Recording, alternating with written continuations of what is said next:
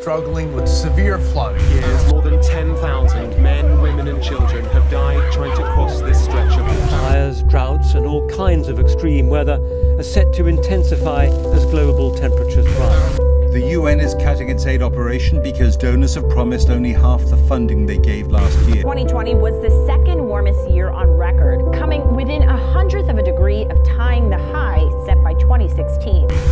Many people imagine there's this untouched wilderness, but the reality is there's really not a lot of wild left out there. We've converted 75% of the land that is not covered by ice. Victims of the worst famine we've seen in a century. That 1 million animal and plant species face extinction. Faces the world's worst humanitarian crisis. A tragedy of globally catastrophic proportions.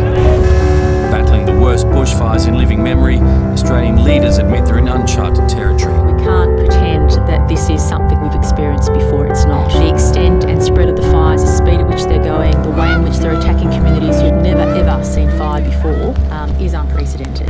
The United States will withdraw from the Paris Climate Accord. Fear is mounting for the frozen continent. Global ice melt has reached a worst-case scenario. A nearly 63% increase from the amount of ice lost annually in the 90s. The Antarctic ice sheets disappearing at a rate never seen before. It is worse than expected. This is happening much faster than we've ever seen before. Today, we are the asteroid that's causing many, many species to go extinct. Wildlife crime is worsening. 55 African elephants are killed for their ivory every day. That's 20,000 a year.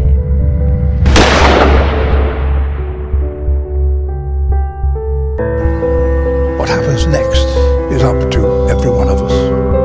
In 2014, a United Nations court ordered Japan to immediately stop hunting whales in the Antarctic region.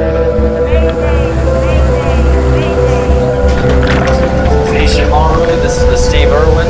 We strongly advise that you leave these waters immediately. You're in a whale sanctuary. We're going to treat you no differently than illegal poachers. On a warming planet, millions of protesters today demanded immediate action.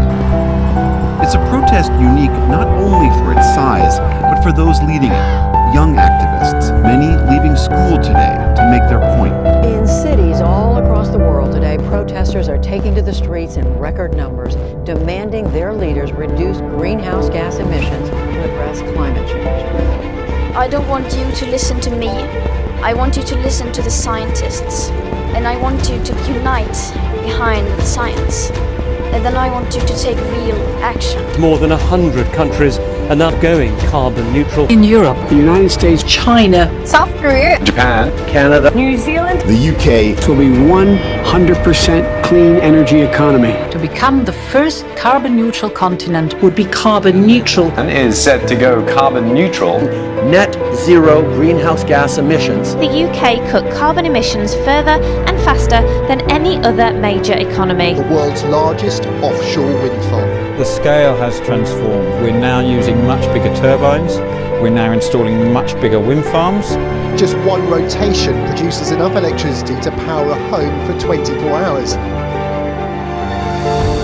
They float in the winter sunshine, shimmering islands, silently generating enough power for a small city. The world's biggest solar array. It would send high-volume direct current 750 kilometres north to the solar battery.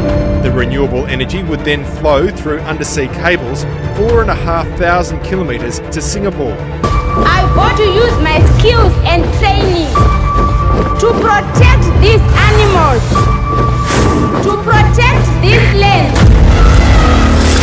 We're going to be up against armed men. They will kill anybody standing in their way. We started this with 16 women. 240 more women will become rangers in the next 12 months.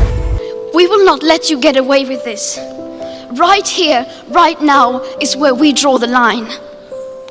The world is waking up, and change is coming whether you like it or not.